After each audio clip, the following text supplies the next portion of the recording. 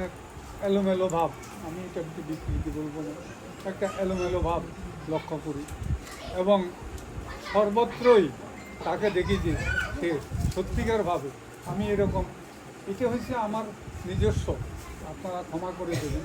আমি দেখছি তারা যে জাগতিকভাবে খুব একটা শান্তিতে আছে, এটা বলার মতো আমি বলতে পারতেছি না। কিন্তু যিনি ওই গুরুর পদে আঁকড়াইয়া ধরে আছেন তাকে গুরুদেব, ওই যে গুরুদেব বলছে মা অন্তর্যামী, ভক্তের কিসের প্রয়োজন মা জানেন, মাতৃ সাধনা সহজ ও নিরাপদ সাধনা। আমরা এই গুরুর পদে আশ্রয় নিয়েছি মানে কি, মাতৃশক্তির কৃপা প্রাপ্ত হয়েছি। যেহেতু আমাদের গুরুদেব মাতৃশক্তির কৃপা প্রাপ্ত হয়ে আমাদেরকে সেটার অধিকাংশ দিয়ে কৃপা করেছে, তাহলে আমরাও মাতৃশক্তি। মাতৃ সাধনা সহজ ও নিরাপদ সাধনা আছে না এই গ্রন্থটাতে?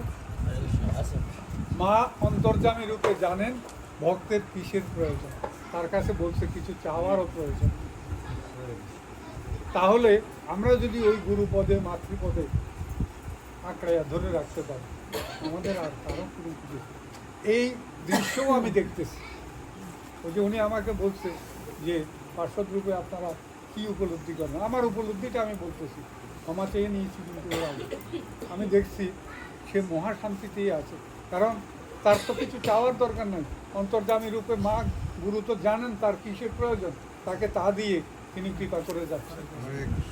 আর যিনি গুরু বিমুখ হয়ে গেছেন তাকে দেখেছি আমি, তিনি কেমন একটা এলোমেলো ভাবে আছেন।